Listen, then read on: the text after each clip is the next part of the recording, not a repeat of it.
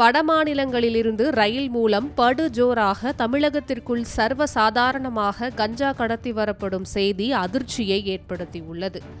என்ன நடந்தது என்பதை பார்க்கலாம். சென்னை கிழக்கு கடற்கரை சாலை, நீலாங்கரை சுற்றுவட்டார பகுதிகளில் தமிழகத்தில் தடை செய்யப்பட்ட கஞ்சா விற்பனை அமோகமாக நடைபெறுவதாக போலீசாருக்கு தகவல் கிடைத்துள்ளது. இதனால் ஈசிஆர் அக்கரை பகுதியில் நீலாங்கரை போலீசார் வாகன தணிக்கையில் ஈடுபட்டனர்.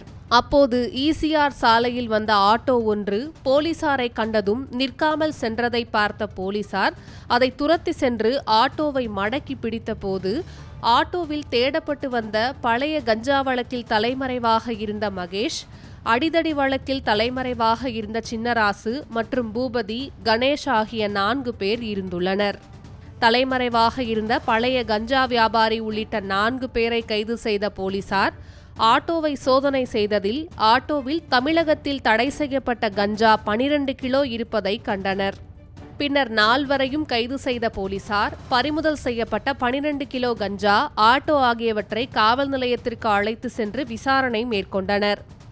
விசாரணையில் தலைமறைவாக இருந்த கஞ்சா வியாபாரி மகேஷ், சின்னராசு ஆகிய இருவரும் ரயில் மூலம் ஒடிசா மாநிலத்திற்கு சென்று அங்கிருந்து கஞ்சாவை வாங்கிக் கொண்டு மீண்டும் ரயில் மூலம் சென்னை சென்ட்ரல் ரயில் நிலையத்திற்கு வரும்போது முன்னதாக திருவொற்றியூர் ரயில் நிலையத்தில் இறங்கி மகேஷின் கூட்டாளிகளான பூபதி மற்றும் கணேஷ் மூலம் கஞ்சாவை ஆட்டோவில் சென்னை ஈசிஆர் பகுதிக்கு எடுத்து சென்று விற்பனையில் ஈடுபட்டு வந்தது போலீசார் விசாரணையில் தெரியவந்துள்ளது.